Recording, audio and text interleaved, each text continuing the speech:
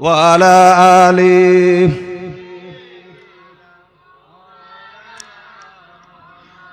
আলহামদুলিল্লাহ, আল্লাহ পাকের লাখো শুকর যে আল্লাহ পাক আমাকে আপনাকে এইরকম একটি মজলিসে বসার সুবর্ণ সুযোগ দান করেছেন। সকলে বলুন আলহামদুলিল্লাহ। সবাইকে কিন্তু বসায়নি, সবাইকে বসিয়েছে। এই আল্লাহ যাকে ভালোবাসে সে আসে। কালকে ঈদের দিনে খুব বৃষ্টি হয়েছে না? যে হয়েছে আপনার দিকে হয়েছে? আমি যখন নামাজ পড়াচ্ছি এবার দোয়া করব, বৃষ্টি শুরু হয়েছে। বলে হুজুর একটু তাড়াতাড়ি করেন। আমি কেন রে বাবু? বৃষ্টি আসছে। আচ্ছা এবারে বলতে পারেন বৃষ্টি কেন আসে? যে আল্লাহর রহমত, সুবহানাল্লাহ, আল্লাহর রহমত, তাই তো। বৃষ্টি কেন আসে? আল্লাহর রহমত। আল্লাহ পাক বলছে আমি বান্দাদের প্রতি যখন বেশি খুশি হই, আল্লাহ বলছে আমি বান্দাদের উপরে যখন বেশি খুশি হয় তখন আমি হালকা পাতলা বৃষ্টি বর্ষণ করি। জোরে বলুন। তা কালকে কি সারা দিন রাত পানি হয়েছে, বৃষ্টি হয়েছে? অল্প স্বল্প বৃষ্টি। তার মানে এটা খাস বান্দাদের চিন করে নিয়েছেন আল্লাহ পাক, সুবহানাল্লাহ ওয়া বিহামদিহি, যে আমার রহমত পালন করেছে, বরকত ঘরে ঢুকিয়েছে, নাজাত করিয়ে নিয়েছে। আর আমার বান্দার চাওয়ার কিছু নেই। এবার আমি আল্লাহর তরফ থেকে এদের প্রতি আমার অফুরন্ত রহমতের ছিটা পানিটা মাথায় মাথায় বর্ষণ করে দিই। বান্দা যদি একবার ইয়াদ করে, আমি আল্লাহ ইয়াদের কারণে মাহশারের ময়দানেতে বান্দাদের লক্ষ পরিমাণ পাহাড় পরিমাণ গুনাহকে আমি আল্লাহ এক সুবহানাল্লাহ বলার বদৌলতে, আলহামদুলিল্লাহ বলার বদৌলতে মাফ করে দিয়ে জান্নাতি করে দিব। একটু আস্তে বলেন, বুঝতে পেরেছেন না? আল্লাহ বল ভালোবাসেন না বাসেননি? কিন্তু যাদেরকে আল্লাহ ভালোবাসেননি তারা আসবে না বাবু। কি বললাম বলেন না? তারা আসবে না। আসনেওয়ালা আলাদা। এ মাল পাকা মাল, বাজারে বিকবে দামে, নাকি দামে বিকবে না? এই দামে বিকবে না বিকবে না? বিকবে। কেন জানেন? খোদার কসম আপনি দামে বিকবেন এটা নিশ্চিত। আলহামদুলিল্লাহ বলেন, আলহামদুলিল্লাহ বলেন, আলহামদুলিল্লাহ বলেন। আল্লাহ কবুল করুন, বলুন আল্লাহুম্মা আমিন। আপনি দামে বিকবেন এটা নিশ্চিত, নির্দ্বিধা, এটা দলিল প্রমাণ আছে। সুবহানাল্লাহ। রাসূলুল্লাহ বলেছেন। আমি যদি বলি তাহলে মিথ্যা হতে পারে। কি জি? আপনি বললেন মিথ্যা হতে পারে, কিন্তু এমন একজন বলেছেন যার মিথ্যেটা বলার মতো আর কোনো জায়গা রাখেনি। আছে নাকি? যে তাকে মিথ্যা প্রমাণ করতে গেছে সে সত্যের পথে এসে ন্যাড়া হয়ে ঘোল ঢেলে সাদা হয়ে গেছে, ঈমান এনে ফেলেছে। জোরে বলুন সুবহানাল্লাহ, আরো জোরে বলুন সুবহানাল্লাহ। সাদা ওই ব্যক্তি হবে, ন্যাড়া ওই ব্যক্তি হবে, নিষ্কলঙ্ক ওই ব্যক্তি হবে যাকে আল্লাহ কবুল করবে। তাহলে এখানে পরিষ্কার হয়ে গেছে। আমি গতবারে এখানে বসে বলেছিলাম আজকের যারা মজলিসের মধ্যে বসেছেন, কেউ চোর হতে পারেন, কেউ চিটার হতে পারেন, কেউ খুনি আসতে পারেন, কেউ ডাকু আসতে পারেন, থাকতে পারেন মজলিসে, কিন্তু আমি অপরিচিত লোক, আমি এদের মাঝে চিহ্নিত করতে পারবো? এই পারবো? আজকে দেখে কি মনে হচ্ছে? আল্লাহ যেন রহমতের ফেরেশতা সব বসে আছে। বলুন আলহামদুলিল্লাহ। আল্লাহ বলছে রহমতের ফেরেশতার অত মান মর্যাদা নয় যত আমার বান্দার মর্যাদা। সুবহানাল্লাহ বলেন। কেন মর্যাদা? আল্লাহ মর্যাদাটা কেন? ফেরেশতারা প্রশ্ন করছে আল্লাহ মর্যাদা কেন? আমাদের থেকেও মর্যাদা। তুমি আমাদের কারো আগুন থেকে নূর থেকে তৈরি করেছো আর তাদের মাটি থেকে তৈরি করেছো, আমাদের থেকে মর্যাদা? হ্যাঁ, মর্যাদা আমি আল্লাহ বানিয়েছি। কেন?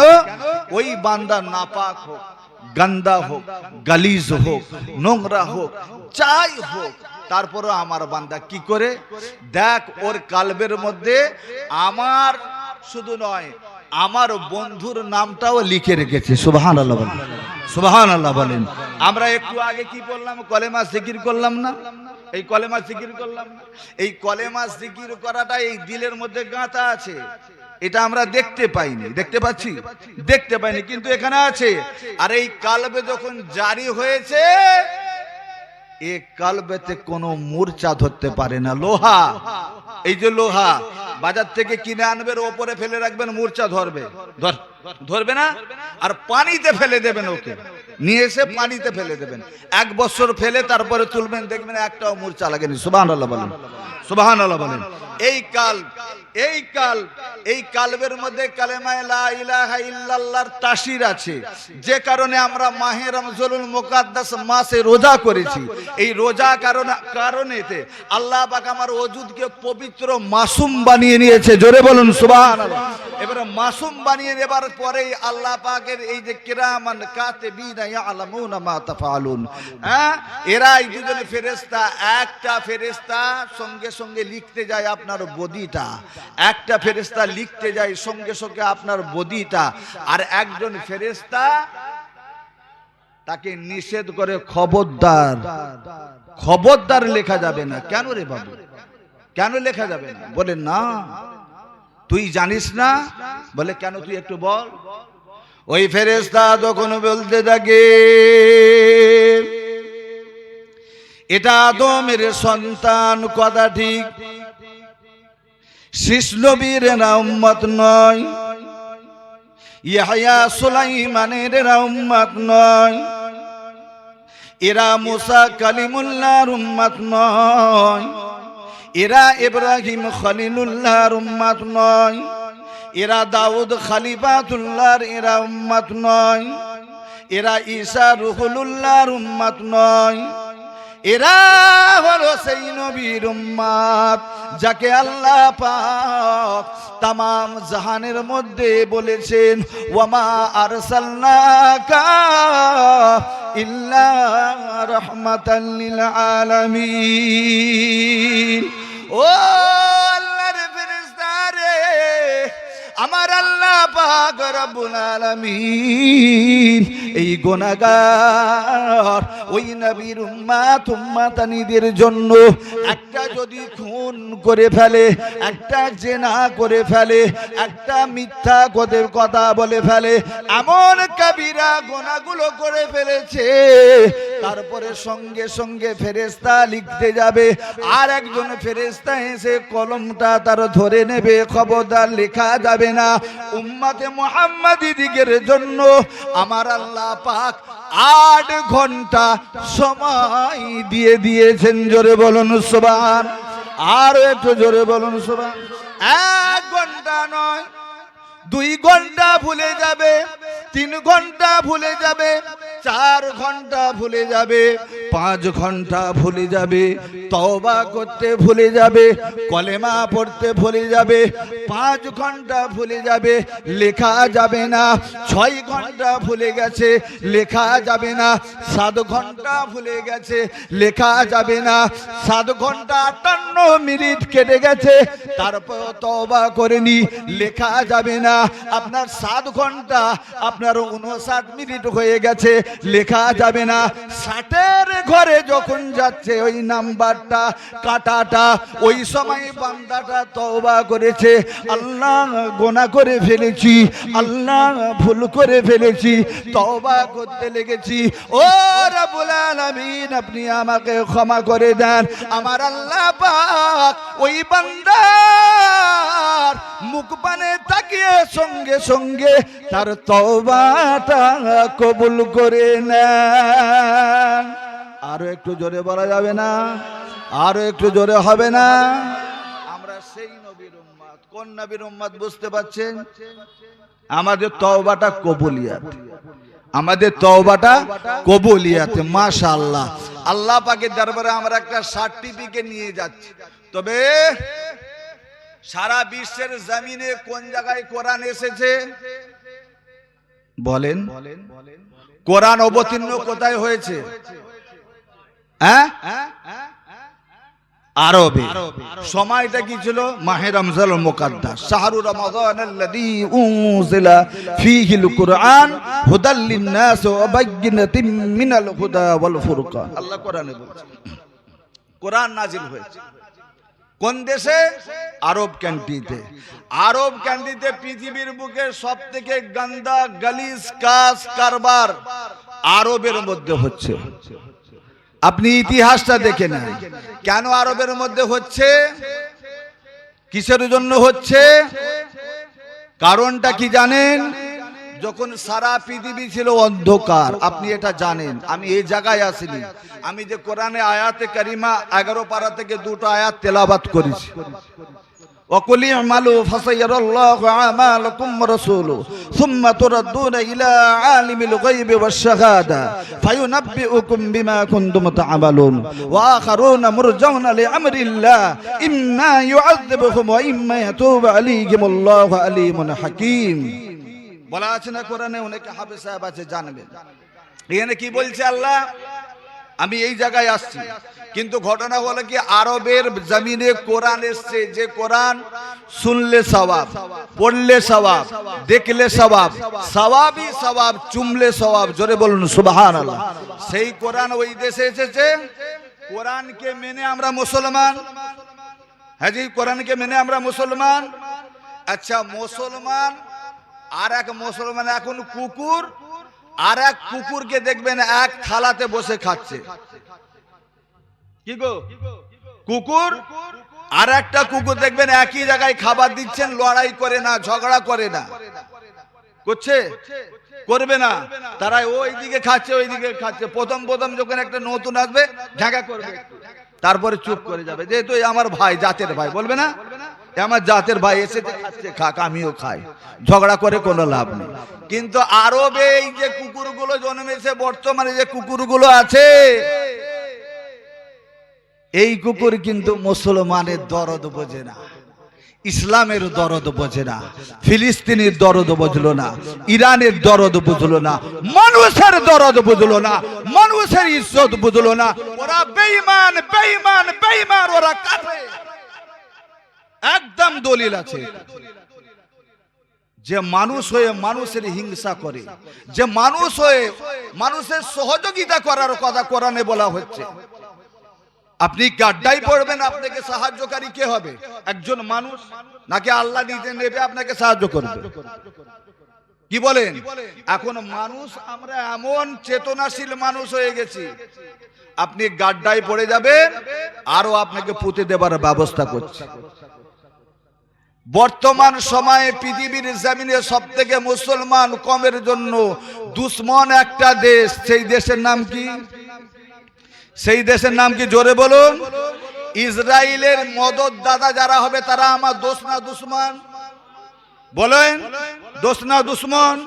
আমরা যদি সেই দোষকে, যদি ওই ওদের দোস্তকে যদি আপন করি, সে দোস্ত হবে না দুশ্মন হবে? তা দুশ্মন দুশ্মনই হয়, দোস্ত হয় না। ইরানের কি ঝগড়া করার কি দরকার ছিল? কিছু প্রয়োজন ছিল? কার সঙ্গে কার জন্য লড়াই করেছে? আপনারা ইতিহাস দেখছেন। ফিলিস্তিন, রাইট? মসজিদুল আকসা, মসজিদুল আকসা কেন? মসজিদুল আকসা কেন এত মানমর্যাদা, ওটাও আপনি জানেন, আমি ওই ইতিহাস তুলতে আসিনি। মসজিদুল আকসা কেন এত মান মর্যাদাশীল, সেটাও আপনারা জানেন। এখান থেকে মেরাজের শুরু হয়েছিল, সুবহানাল্লাহ বলেন। তাই মসজিদুল আকসা মুসলমানদের একটা দিল বা জান, কথা ঠিক না ভুল বলছি? তাহলে এই জানটাকে, এই দিলটাকে হেফাজত করার জন্য ফিলিস্তিনের বাচ্চা বাচ্চা বাচ্চা বাচ্চা বাচ্চা বাচ্চারা তারা নিজের জান দিচ্ছে, মাল দিচ্ছে, টাকা দিচ্ছে, ধন দিচ্ছে, সম্পদ দিচ্ছে। ছোট্ট একটি রাষ্ট্র, কথা ঠিক না ভুল বলছি? ছোট্ট একটি রাষ্ট্র, যে কোনো সময় তাকে দবজে দেবে, তাকে শেষ করে দেবে। কিন্তু পৃথিবীতে আর মুসলমান দেশ আছে কি নেই? এই দেশ আছে কি নেই? তাহলে ফিলিস্তিন কার জন্য দাবি জানিয়েছে? আকসার জন্য। আচ্ছা, আকসায় যারা বসবাস, ফিলিস্তিন বসবাস করে, তারা মুসলমান? হ্যাঁ? ওমানে যারা বসবাস করে তারা কারা? সিরিয়ায় যারা আছে তারা কারা? লেবাননে যারা আছে তারা কারা? হ্যাঁ? আরব আমিরাতে যারা আছে তারা কারা? সব মুসলমান। আমাদের ওই মুসলমান কেন কাফের? কোরআন যাকে বলেছে মূর্তি পূজা করা মহাপাপ, বলেনি? এই বলেনি মূর্তি পূজা করা মহাপাপ। আরে মূর্তির জন্য, মূর্তি ওখানে তৈরি করার জন্য স্ট্যান্ড দিয়েছে। কথা ঠিক বলছে না ভুল? ঠিক বলছি না ভুল? যে মূর্তি কাবা শরীফের ভেতরে ছিল, সেখান থেকে আমি আগে বলেছি এই মক্কা মদিনা শরীফটা সব থেকে নোংরা গন্দা গালিজ কথা বলেছি না? আপনি বলবেন তাহলে মৌলভী সাহেব তো চামড়া তুলে দেবেন আপনারা। ইতিহাস বলছে তাই সব থেকে গন্দা গালিজ জায়গাটার নাম হলো মক্কা আর মদিনা। ইয়াসরিব তখন নাম ছিল যখন রাসূলুল্লাহ সাল্লাল্লাহু আলাইহি ওয়াসাল্লামকে এই জায়গায় প্রেরণ করা হলো। আল্লাহ পাক রব্বুল আলামিনের কাছে প্রশ্ন ছুড়ে দেওয়া হলো, আল্লাহ পৃথিবীতে এত ভালো জায়গা থাকতে আপনি সব থেকে গন্দা গালিজ জায়গার মধ্যে আপনার হাবিব যাকে বলেছেন সে জায়গায় কেন পাঠিয়ে দিলেন? আল্লাহ বলছে পদ্ম ফুল ওই জায়গায় মানায়, পদ্ম ফুল বা গোলাপ ফুল ওই জায়গায় মানায় যেখানে একটা পরিষ্কার থাকে সেখানে, কিন্তু যেখানে অপরিষ্কার থাকে সেখানে মানায় না। মানায়? এই মানায়? মানায় না। কিন্তু আমি আল্লাহ পাক এমন একটি রত্ন, এমন একটি ফুল, এমন একটি বাগান তৈরি করতে চাই যেখানে কেউ কোনোদিন আমার হাবিবুল্লাহ রাসূলুল্লাহর উপরে কলম দাগতে পারবে না। জোরে বলুন সুবহানাল্লাহ।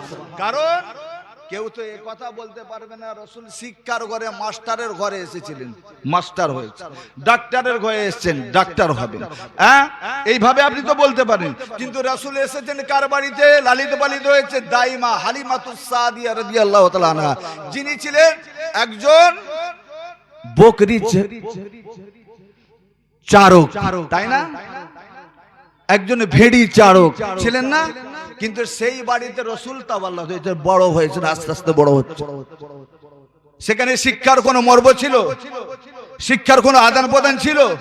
তাহলে সেখানে আল্লাহ পাক এমন একটি নূর দিলেন, সেখান থেকে ওই যে কালো শিয়া জায়গাটা ছিল যেখানে মা ছেলেকে চিনত না, তার সঙ্গে জেনা করত, বাপ বেটিকে চিনত না, তার সঙ্গে জেনা করত, ভাই ভাইকে চিনত না, খুন করত, হানাহানি রক্তক্ষয় একেবারে ভরা ছিল।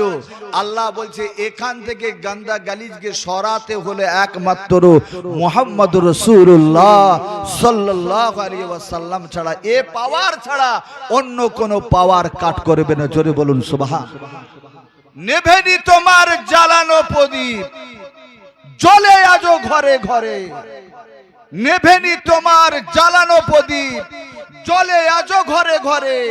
তুমি শুধু নাই, চলে গেছো নবী দূরে, সে অনেক দূরে।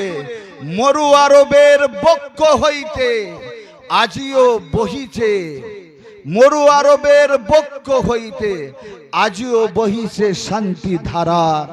দুহাতে লুটিছে রত্ন তোমার, পাপি তাপি আর সাধক যারা। জোরে বলা যাবে? জোরে বলা যাবে? আজ আমরা সেই বাণীকে নিয়ে, অমূল্য বাণীকে নিয়ে মাথায় টুপি পেয়েছি, মুখে দাড়ি পেয়েছি, প্রাণ পেয়েছি, জুব্বা পেয়েছি। কথা ভুল না ঠিক বলছি বলেন? পেয়েছি না? কিন্তু মুসলমানদের থেকে ঈমান দূরে সরে গেছে। আজ যে ইরান একজনের জন্য লড়াই করছে, মসজিদুল আকসার জন্য বা ফিলিস্তিনের জন্য লড়াই করছে, আরব কান্ট্রি কি করা উচিত ছিল?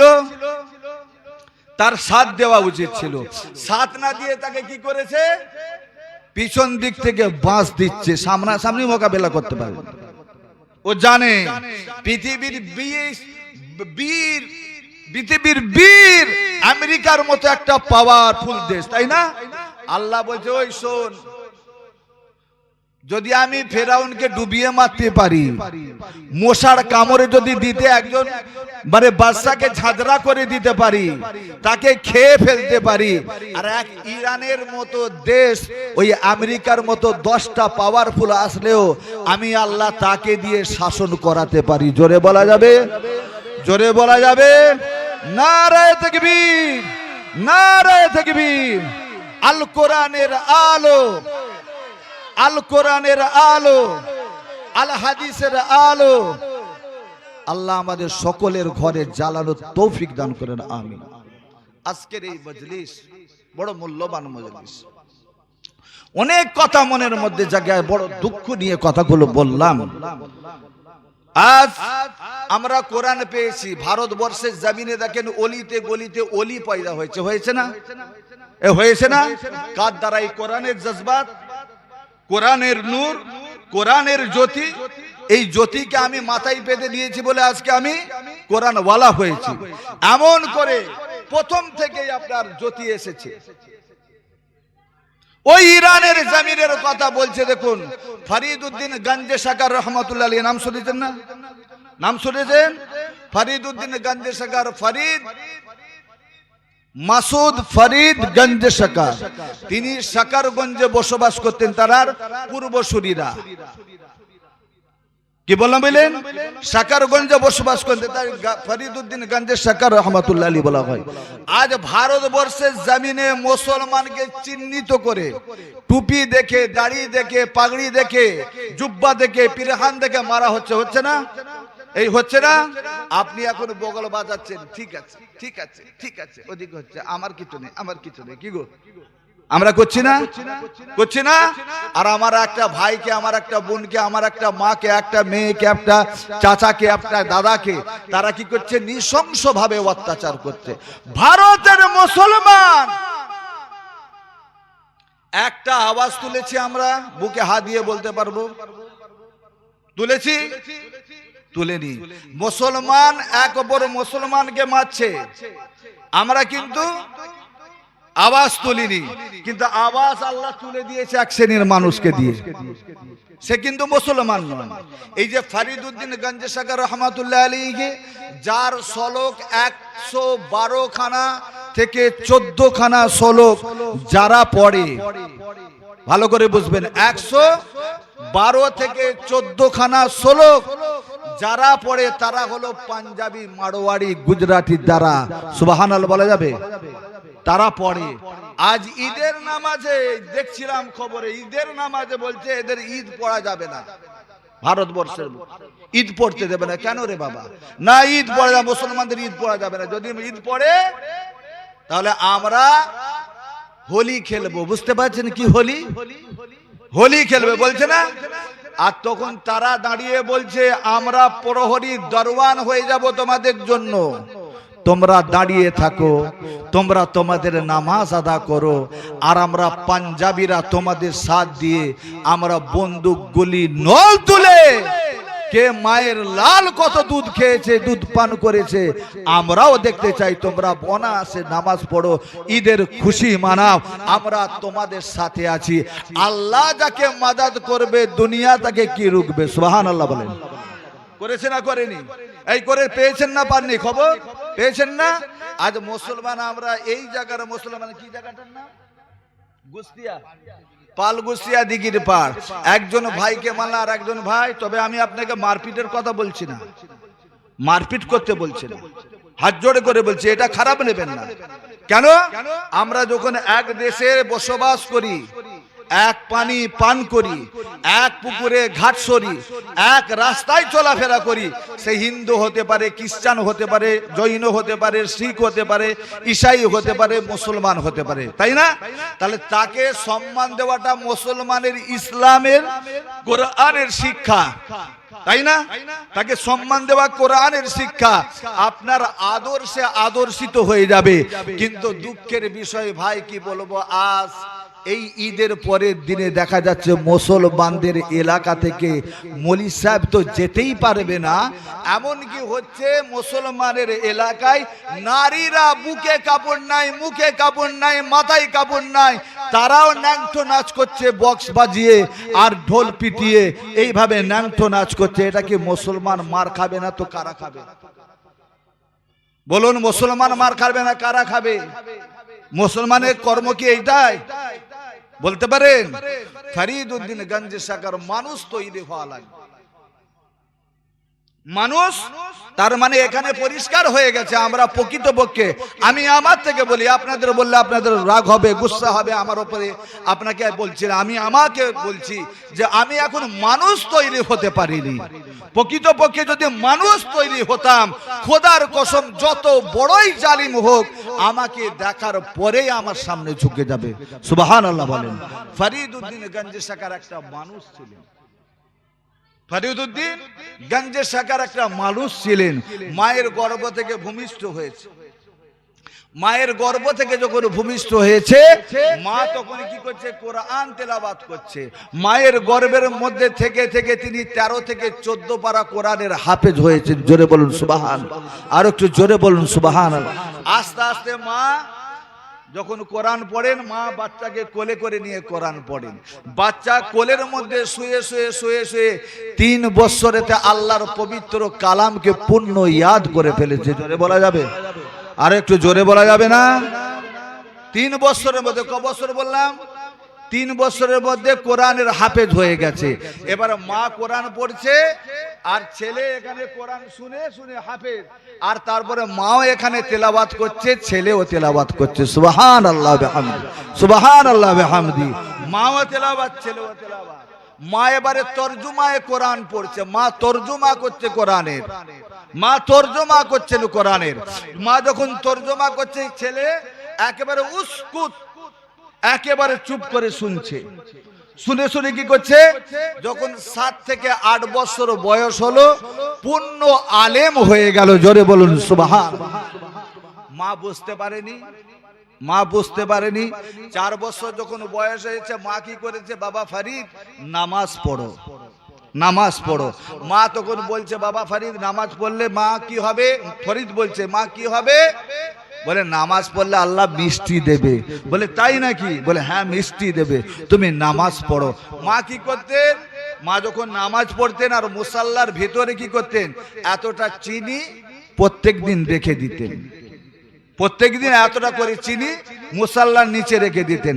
ফরিদ নামাজটা পড়েই সঙ্গে সঙ্গে চিনি খাবার লোভে সঙ্গে সঙ্গে কি করতেন? মুসাল্লা উল্টাতেন। যখন উল্টাতেন, মায়ের সেই মোড়া চিনিটা পেয়ে যেতেন। 1 তারিখে মা কি করলেন? ওই দিন চিনিটা রাখতে ভুলে গেছে। মা কি করেছে? চিনি রাখতে ভুলে গেছে, চিনিটা রাখা হয়নি। নামাজ পড়ছে মা, ফরিদও নামাজ পড়ছে। নামাজ শেষ করে মা আল্লাহর দিকে তাকিয়ে বলছে, আল্লাহ আজকে তো চিনি রাখিনি। মা তো ছেলের কাছে মিথ্যে হয়ে যাবে। মা ছেলেরা আবেদা সালেহা সাদেকা। জোরে বলুন সুবহানাল্লাহ। আমার আপনার মতো মা নয়, বেলিল্লা মা নয়, ঢোল কাশি পিটিয়ে দিয়ে বক্স বাজিয়ে দিয়ে নাচ গান করনে वाली মা নয়। पर्दा नसीदी माँ, माँ फातेमार आदर्शे भरा माँ। माँ की करलेन आल्लाह आजके तो आमी किछु करते पारिनी। আম্মা জান যখন এই কথা বলেছেন, কেউ যখন তার আওয়াজটা শোনেনি, আমার আল্লাহ পাক রব্বুল আলামিন জিবরাইল আমিন আলাইহিস সালাতু ওয়াস সালাম কে বললেন, ও জিবরাইল আমিন যাও, জলদি করে চলে যাও, আমার জান্নাতের মধ্যে চলে যাও, জান্নাত থেকে কিছু তুমি মিষ্টি নিয়ে যাও। মা যে জায়গায় মিষ্টি খানা রাখে, একটি ছোট্ট পাত্রের মধ্যে আমার জান্নাতি খাবারটা নিয়ে গিয়ে ওই জায়গার মধ্যে তুমি লুকিয়ে রেখে আসো। এই সময়তে এখনই আমার ফরিদ নামাজের সালাম ফিরিয়ে দিয়ে সঙ্গে সঙ্গে উঠেছে মিষ্টির জন্য আসবে। যদি না মিষ্টি পায়, আমি আল্লাহ ফরিদের কাছে মিথ্যা সাবিত হয়ে যাব, মাও মিথ্যা হয়ে যাবে। ও জিবরাইল আমিন যাও যাও যাও, চলে যাও, জলদি করে তুমি চলে যাও। জিবরাইল আমিন জান্নাত থেকে মিষ্টি এনে ওই নামাজের মুসাল্লার ভেতরে রেখে যান। ওই ফরিদউদ্দিন গঞ্জে শাখার মাসুম ছেলেটা আবার কি করছে? আপনার ওই মুসাল্লাটা উল্টে দেয়। মুসাল্লাটা উল্টে দেবার পরেই দেখতে পায় আল্লাহর রহমতের জান্নাতের মিষ্টি খানা তার হাতে পেয়ে যায়। আরো একটু জোরে বলা যাবে? আল্লাহ আমি তো আজকে মিষ্টি রাখিনি, আল্লাহ এ পিয়ালা করে কি গো? আমরা তো দানার জন্য, আহারের জন্য, বিহারের জন্য বড় সংকোচ, বড় ভাবি আল্লাহ কি করে আমার চলবে। ফরিদের মা কারো জানায়নি, কাকে জানিয়েছে? আল্লাহ পাককে জানিয়েছে। আস্তে আস্তে ছেলেটার বয়স আপনার 8 বছর হয়ে গেল। মা বলতে লেগেছে, বাবা ফারিদ 1 বছর 2 বছর 3 বছর 4 বছর 5 বছর করে 8 বছর হয়ে গেল, আর বাড়িতে থাকার তোমার জায়গা নাই। আম্মা জান অর্ডার করুন, আম্মা জান আপনি বলুন আমি ফারিদ এখন কোন জায়গায় যাব। যাও বাবা ফারিদ বেরিয়ে যাও।